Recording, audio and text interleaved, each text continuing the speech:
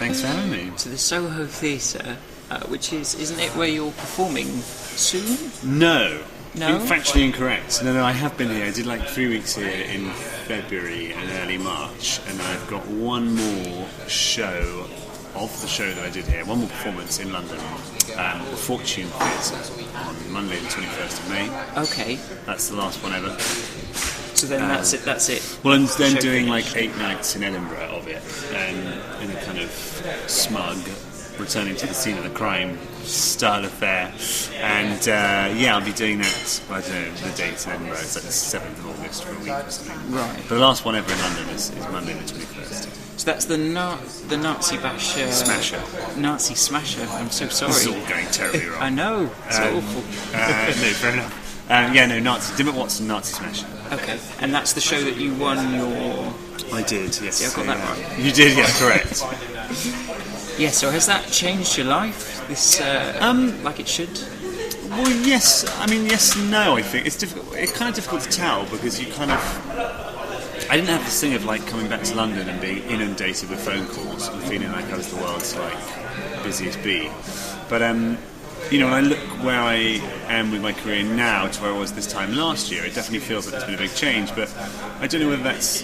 I think going and doing a solo show in Edinburgh at all is a really big step. Because that was your first one, wasn't it? Yeah. I'd done like 9 years at the Fringe doing various bits and bobs. Yeah. Penny Dreadfuls I did for a while, and sort of just bits and pieces here and there. And I kind of found that, people knew who the Penny Dreadfuls were and they seemed to like us, but I was always known as the tall one of the Penny Dreadfuls. No one knew what my actual name was. So it was quite nice to go and do a show that just meant that I had my name and my face on the poster. And I feel like that is in and of itself a huge boon to your career as a writer-performer. And then like winning an award is like just a lovely cherry on top of the cake. So where did you perform in Edinburgh? What was your Edinburgh venue? is in the Pleasance Upstairs, which is like, for anyone that knows Edinburgh well, but doesn't know the names of the rooms, it's that one that's above the little kind of tea shop in the Pleasance Courtyard. Oh, I know, yeah. Yeah, you go opposite a fire escape. Yeah. Yes, no, I know the one. So, 50-seater, is it? Or 110. 110. Okay.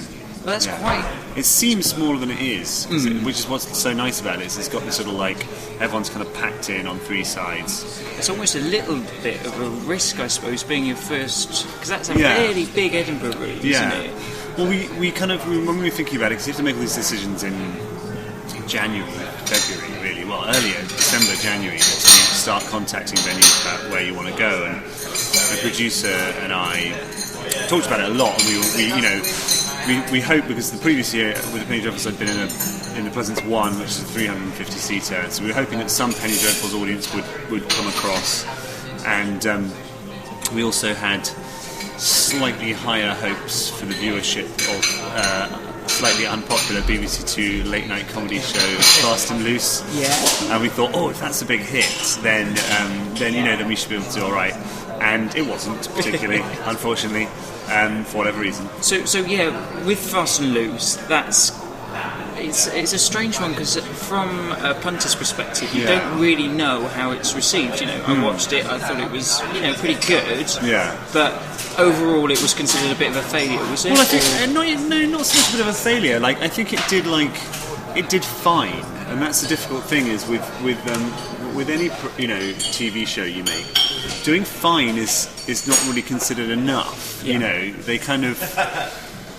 We were up against one at the same time as the TV juggernaut that is £1 Million Drop Live, that basically eats all audience at that time of night. It's a huge success. That's a really big... Yeah, I had no idea until I suddenly was like called upon to slightly pay attention to things like that. And it just like, I don't know, something like 6 million people watch TV in that slot, and like 5 million watch £1 Million Drop Live. It just seemed like such an odd concept to me. Yeah. I didn't think it would catch on at all, but... It's been a mega hit and been sold to every country. If it wasn't for them, it might have been a huge hit. Well, it's difficult to say. This is the thing. We kind of £1 Million Drop went off was off our screens. We had a week when there was nothing else on in that time slot that was kind of notable. Yeah. And we went up to like our highest viewing figures at that stage, which then became good viewing figures for that. Became a successful viewing figures for that slot.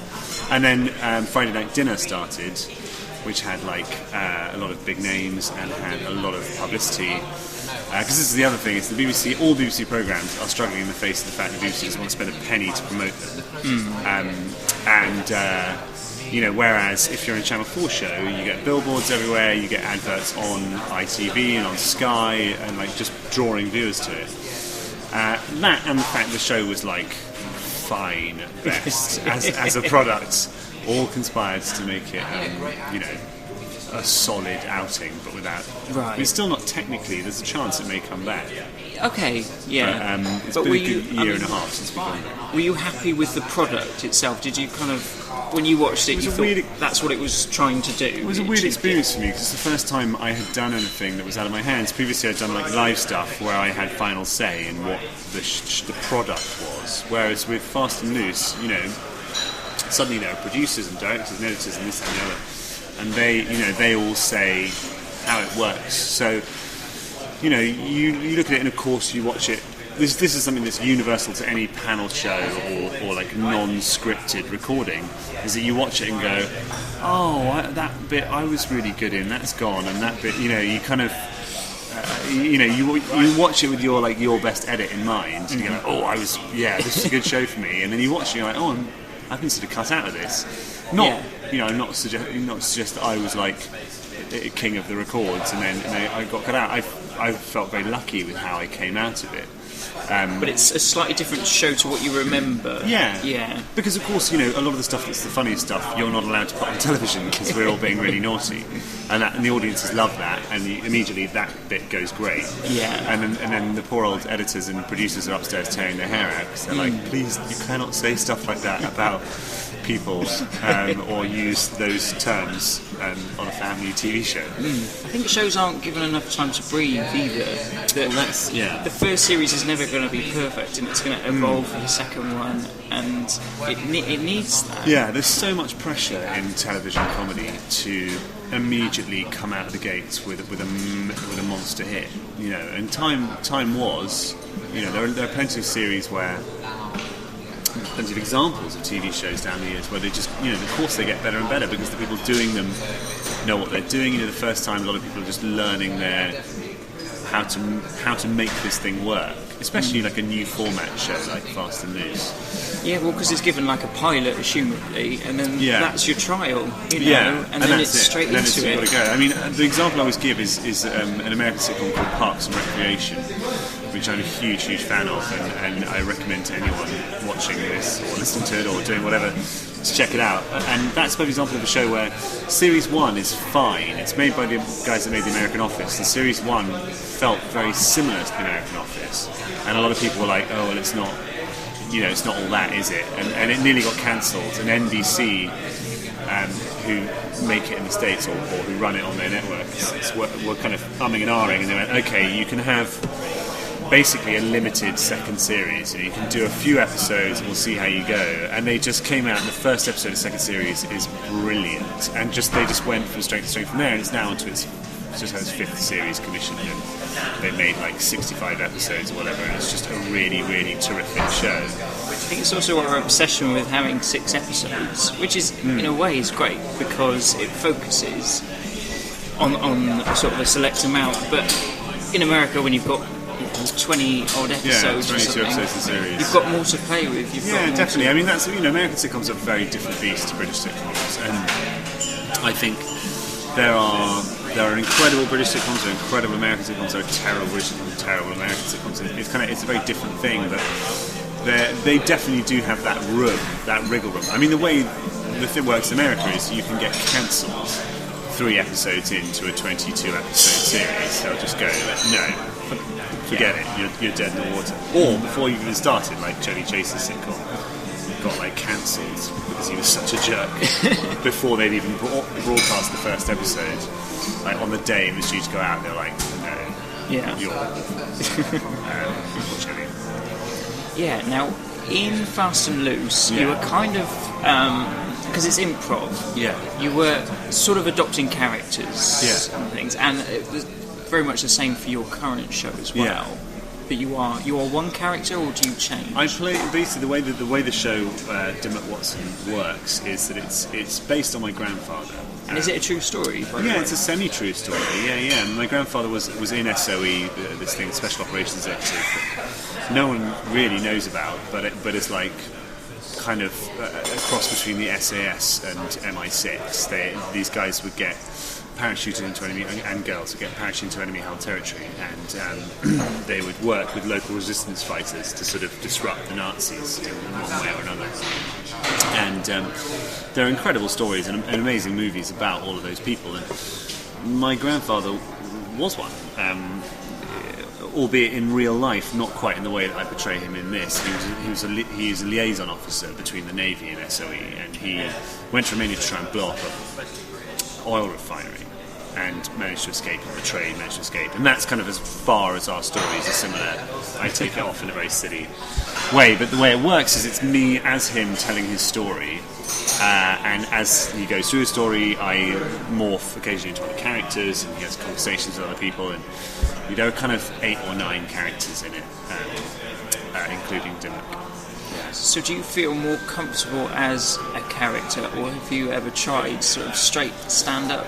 I've done a bit of straight stand-up. I mean, the thing is, I love doing characters because it's just kind of, that's how all the stuff that I loved growing up. I'm a fan that there are certain stand-ups that I love, but the things I always really loved were sketch shows, sitcoms, likes of Rowan Atkinson's live shows. I loved all that. And I've done a certain amount of stand-up as myself, but I just like playing characters. It's just fun, you get to mess around, you get to forget yourself for a while. And also I have a slight theory that with my accent, a lot of audiences would automatically be like, who's this posh jerk? It's difficult, isn't it? Because there are so many middle-class white comedians. Yeah. And it's people trying to find their ways of standing out and doing something a bit different. Yeah, and it's all good. Yeah, but it's difficult because as a stand-up, it's a real boon if you've got something that just sets you apart from other people. And a lot of people have worked very hard to create something like that. A lot of people have, find aspects of their characters really heighten their selves and heighten that, or whatever it may be. And I kind of figured I could do that. I could go down the route of kind of doing super posh, which is what I am. But Miles Jupp had already done that and done that so well. I didn't really want to kind of tread on his toes and go on that route. And then I definitely didn't want to put on a Knockney accent and try and pass myself off as being a bit more trying to pass yourself off as a bit more hip to the groove than I really am. So I like doing just like big stupid. I mean, I do stand up quite a lot now, in the guise of a Russian stand-up, because what it does is it allows me to just be myself, but I literally, the only characterization is I put on a stupid Russian accent and I can talk about whatever I want, and I don't feel like people are going, I don't care what you think, you went to public school, therefore you're a prick and you have no experience of what life is. So when you do this Russian character, he's talking as you, is he? Yeah, it's basically exactly, it's just me, like there's this paper-thin characterization. It's just me talking. I mean, I talk about Russia a lot, but I'm interested in Russia, so that's, again, it's just an extension of what I like. And you know about Russia too? A little bit. I've gotten away with it so far. I once got heckled by a lady in Russian, and I knew just enough to say, I'm English, I don't speak Russian. And everyone in the audience thinks you said, hey, baby, what's up? Or whatever it is that guys say to hecklers. So, is that something you're going to take further, maybe? Are you going to... No, I've got, touch wood, at the moment I'm really busy, which is really nice. I'm doing a lot of writing and doing a fair bit of acting here and there. And still got Dimmock I'm just rumbling to the end of that now. But I'm sufficiently busy that while I like doing stand-up, what I really love doing is writing and acting and doing stuff like that. And I do stand-up when basically nice people keep asking to book me for gigs because of Edinburgh, and I can't really do anything for my Edinburgh show because it's so difficult to take anything out of context. You have to sort of see the whole thing in one fell swoop. It's one product, Exactly. So this thing has kind of evolved as a way of me going, okay, I'd love to come and do 15 minutes or 20 minutes or 10 minutes or whatever it may be. And you do this character. And then I just tip up and talk about whatever it is I find interesting that day. So you're doing a lot of writing at the moment? Yeah. So I'm basically trying to develop a Dimmock Watson radio show with a view to it going on to being a TV show. I am doing some rewrites on a film at the moment. Just started doing that this week. I am writing a play. I'm writing out kind of my follow-up to Dimmock Watson. Not that it's really in any way related to Dimmock Watson, but it's my next stage show. And just sort of bits and bobs, really. There's always stuff. As a jobbing writer, there's always a few things where you can go, I'll just write a couple of sketches for this, or a couple of sketches for that. So do you consider yourself more of a writer than a performer? Is that? I'd like to be more of a performer, but the thing is, there's the way the work is weighted. There's more writing work around than there is performing work in a way, because you so often find that there are. There's always programs that need, whether they're radio or TV programs, that need more sketches or need more this or need more that.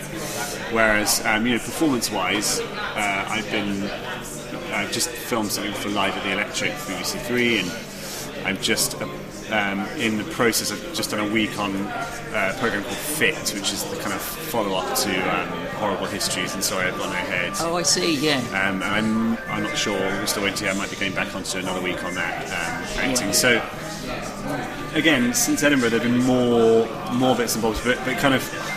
The thing is, any empty time one has as a writer-performer, you're writing. So that's always the lion's share of what you're doing. And also, that is quite an exciting part of it, because that's where all the ideas are. Yeah. I mean, I suppose with the show that you're doing now, you've done it so many times now. It must be kind of just going through the motions. Well, the weird thing is, I really enjoy doing that show. I don't know why. I don't know whether it's because I'm very proud of it, or it's because it's my first show like this. I've done it about 60 times now, and I think what it is that there are still loads of bits in it. Every show I do is different in terms of the audience response. Like, there'll be a joke. I did one the other day somewhere. I can't remember where. Maybe it was the first show back here. We had a big layoff. We did sort of 2.5 weeks here, and then they said, we've got 4 days spare, will you come back? Here being the Soho Theatre. Yeah. And came back and did the first show. I remember coming off at the end and talking to my producer and going, how weird was that? In that there was one joke that no one has laughed at since before Edinburgh, but that we love, and we're like, oh well, no one gets it, fuck it. But just and it got a huge response. Yeah, because it's kind of, I'm not too worried about that. Though I say so myself, there were so many jokes in the show that if I started fiddling with ones that didn't quite land, or you'd be all over the place. Really, you just got to go, well, this is it. I like this. So you came with it with a fixed. You sort of came to Edinburgh with the show, and it remained largely unchanged, did it? Or pretty much. I think we cut. One of the problems was time. When our first show we did on the first day was about 1 hour and 10 minutes. We were like, I've got to take a lot out of this. So I cut chunks out of it there. And then there are things that naturally evolve as well. As you perform it, you find yourself putting in little extra lines here and there, little bits. I mean, there are a couple of bits of it that are basically flat out improvised every night. I mean, they fall into a bit of a pattern now where I'm like, well, I know if I say this, that goes down well, even though this is sort of improvised. But it's laid out, that is the improvised section. Yeah, kind of. There's just a bit where there's a couple of bits where Dimmock is in the process of I don't want to give too much away, but he's confronted by a room full of Nazis, so he has to address to talk to them. And in that, because I'm actually talking to the audience immediately, because people may not respond in the way that I want to, you have to be able to go, right, well, we'll change this and we'll do that. And as I've gone on with the show and got a bit lazier / less professional, I just quite like messing around, and so there are more instances where I will sort of fiddle with it on the fly slightly, just to see, I keep meaning to do this, I should have done that, okay, but how will I get from here to there? Oh yeah, that'll do, fine.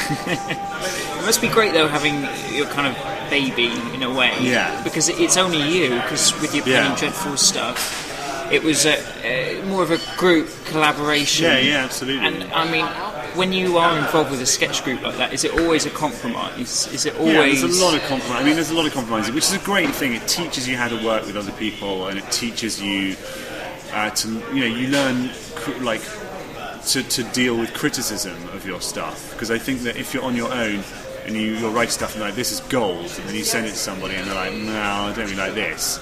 Some people respond in like absolutely incandescent rage, whereas I'm quite used to being, people, it's a very good way to do things like that. But then on the other hand, there are times when you're like, oh, I genuinely just don't care for this sketch, or I don't care for this bit, or your heart's not in it, and or just kind of, I hope that I was sufficiently professional to never sort of not have my heart in it or whatever, but it's the nature of a sketch show. We worked together for 5 years and we had really great shows. I'm proud of all of our shows, but kind of there was some, our 2008 show was The Isis Myself, excellent. Like, it was a really good show, and it did really well, and it was our most successful show, definitely. And then the show the next year slightly fell between two stools, but it was still, I think it was funnier than the show the year before, but it wasn't as good a show, weirdly. So, in answer to your question, there are moments, you do have to compromise, and that's the joy of doing a solo show, is that although the joy of doing a solo show is, I think I'd learned the lessons from doing sketch shows of like, you can never become complacent about thinking all your stuff is gold. I had a great director who came in, and he had the effect of having Dave and Tom there to go, no, don't do that, do this, etc., etc. And it never felt like everything. I just wrote it and went, right, I'm happy with it, 100%, let's go, and it turned out to be amazing. It was a collaborative process with our lighting technician and my producer and with everybody. Everyone had like a lot to bring to the table. But then I suppose you were the head. You were that was the other thing that was so nice, was that in spite of all of that, I still felt like every single word in this is mine. I wrote like all the jokes. I wrote the idea. I came up with the characters. I never feel like in any way. I don't go, oh, I feel like a bit of a charlatan, because actually. It was dog shit, and then it got rewritten by a bunch of other people, and it turned out great. So no, it's I love doing sketches, I love working with people, but this was a really great experience to do all by myself, because you feel a real sense of achievement. Like after the first show in Edinburgh and after the last show in Edinburgh, it's like, this is great. I did this. I'm very pleased with this. Yes, and you're planning to do more shows like this. Well, you're going to Edinburgh with the show you're doing now. Sorry, I've just been telephoned by popular comedian Joe Wilkinson, who, hi Joe, I'll call you back in a second. Yes, the plans. Well, I'm taking back last year's show. We've talked about doing another Dimmock Watson show would be kind of fun, doing the further adventures of Dimmock Watson, because the show, without giving too much away, ends with him sort of riding off into the sunset, but with a sense of steely determination to go and smash more Nazis. There's sort of unfinished business there to an extent. Yeah. Well, we talked about it a lot during the festival and since, and as I say, I'm working on a radio series about him and his further adventures, which won't just be this year's show condensed into a radio show. The idea is to send him all over the world and all over the Second World War, busting Nazis left, right and centre. So that is something I'd like to come back to, but my plans in the near future, I'm currently writing a play to be produced by Spilt Milk Productions, who is the new name for the production company that produced this show already. And directed by Phil, who directed it, but I'm writing a kind of big 6 or 7-hander play, and not planning to get it anywhere. The plan is to just put it on down here and get it going.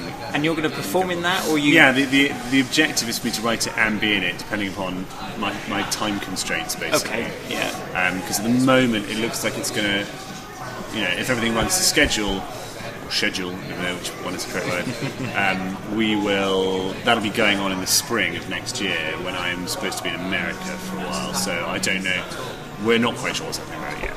Okay. That's the answer. But I'm writing it and it will be on, the play will happen one way or the other, but it's whether I'm in it or not. I want to be in it desperately, it's just dependent upon time. I suppose once a great thing, a different thing, making a play like a narrative-driven thing, and then being in it as well. It sort of must make it doubly. But then I suppose you wouldn't be directing it, would you? No, I wouldn't be directing it. Also, I mean, Dimmock Watson is a narrative-driven play with me in it. It's just, I mean, essentially, it's a question of me scaling it up and going, right, you don't get to do all the parts. You get to do one of them, and you've got to limit yourself down. Yes, exactly. Yeah. That's the plan. So what are you doing in America? I am. Oh, I'm going to go over there for pilot season. I think to go and try and get work when they cast up all the new comedy shows. Is in the spring, January, February, March. So I have an agent out there because some people came and saw Dimmock in Edinburgh and generated a bit of interest. Yeah. So I'm going over there in July for a month to go and have meetings and things, and then going back out in the spring. So have you done anything over there? Yeah, I've done the show over there a couple of times. Okay. And how did it go down? Great. I was really pleased with the response to it. Actually, it was kind of very. They're kind of politer than I thought they'd be. Yeah. So, during the show, during parts of the show, I'd be like, oh god, I think they hate this. And then at the end, the response was kind of greater than anything that I'd had before, really. And so they laugh at different bits? Yeah, they laugh at there were bits like, there's a section when I do a very thick Newcastle accent, which I think they just literally couldn't understand a word of it. They just didn't, they were like, what is he saying? Yeah. But generally, I mean, they love our stuff. They watch all British comedies and they think it's brilliant. So they are, they're very warm and responsive. Because there is quite a big following of British comedy over there as well. Oh, yeah. It's just such a different beast, isn't it? Yeah. And I think for a lot of Americans, the British scene really appeals. Yeah. Well, I think live-wise, it really appeals because in America there isn't a live scene in the same way that we have. There's kind of maybe one or two comics in America that can play like stadiums, and they tend to do it once. Like they go to New York and they play Madison Square Garden for like a few nights, rather than here where someone like John Bishop can do like a 25-city stadium tour and sell it out and go bonkers. So I think they kind of look at that and they're like, ooh, and they think our stuff is very sophisticated, which it is. Like, I'm a huge Americanophile, and the best American comedy I think is the best of the best. Like all my favourite comics are American. My favourite sitcoms and whatever have you are all American. But I think they have an awful lot of terrible stuff, and they look at us and they love people like Daniel Kitson, Stuart Lee, and whoever it may be. Do they love Stuart Lee then? I think those of them that are aware of him. I mean, he doesn't go over to the States in the same way that Daniel does. But well, I remember Stuart Lee did a lecture in Edinburgh one year that was why all American comedy sucks or something. Yeah. Well, I think it's and I'm sure there are plenty of people in the States doing the same thing about us. But I think that those people that are in the know, that are comedy aficionados over there, they love our beloved stand-ups as much as we do. But with the American scene, I think, particularly with HBO, they are kind of the pinnacle, kind of the best of the best. It probably tops the BBC in terms of how much innovative stuff that they're doing. I mean, it blows the BBC out of the water, I'm afraid. I mean, without wanting to bite the hand that feeds me very, very occasionally, and not with a huge amount of money, the BBC is in a bit of a pickle regarding comedy in a way. Like I feel like they are. I feel like they're kind of, because the BBC has just become this political punch bag so hard over the last few years. There's this culture of sort of terror there, which is not very conducive to making new and innovative and exciting comedy. So they're desperately searching for, and I think there are a lot of people there that are trying to do that, and for whatever reason, wherever that impetus comes from or doesn't come from, they're in a bit of trouble. Whereas in the States, because it's such a huge market, there's a lot of amazing, crazy, brilliant comedy, from Eastbound and Down to, as I say, Parks and Rec, which I love, which is a big mainstream comedy, but is so clever and charming and witty and sophisticated, to the Venture Brothers and all the Adult Swim stuff, like all Comedy Central shows they make over there that are like Dimitri Martin's show. Amazing that you just, stuff like that just doesn't get made over here. That everybody is constantly trying to play catch up to the market over here, whereas all our big, this much oft said thing, that all our big hits over here have always gone against the grain and have always been right on the edge of being allowed to be made. You know, whether it's Father Ted or The Office or I think what else has been a big hit recently? Like, we've got a lot. Celebrity Juice, I suppose. It's strange, isn't it? Recently, it's really kind of dried up. I don't know if that's my. Well, it's hard. Miranda. I'm trying to think of like probably the biggest. Miranda's like the most recent big sort of breakout hit, isn't it? Like, yeah. There's really good stuff like 2012, but it hasn't been like everybody's talking about 2012 kind of success. You know, I've got to say. Stand by for self-aggrandizement and inevitable disdain when it doesn't come off.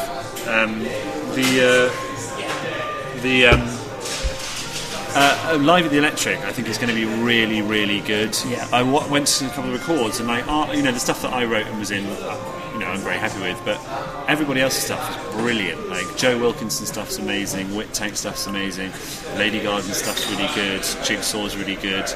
It's everybody's really good. I hope that might, because the makers of the program have actually been not surprisingly, but like they've been bold in a way that a lot of people aren't, and gone, let's get in good writer performers and then just let them do their thing, and then we'll see what the finished product is. Yeah. And the finished product has turned out to be good, rather than let's make them do what is prescribed by the powers that be to ensure that it's exactly the same as everything else in this No, I think that's going to be really good, because it's hosted by Russell Kane, isn't it? And it's supposed to be kind of a accurate reflection of all things comedy. So I mean, it's predominantly sketch centric. You know, it's Russell's doing stand up in all of it, and he's comparing. But it's 2 episodes of MASH, and Nick Helm are in the studios, and then there's various sketch performers and sketch teams and character comics making these videos, making these VTs to be played into the studio. And I watched it, and was like, the quality of this is actually really, really good. I mean, maybe they'll put terrible graphics on it and a horrible just to tarnish it. Laugh track, and it'll just fall apart. Well, I look forward to seeing you on that. Thank you so much for coming. Thank you for having me. And good luck with everything. Thank you, and you. Cheers. And thanks. everyone out there. Indeed. Thanks. That's great.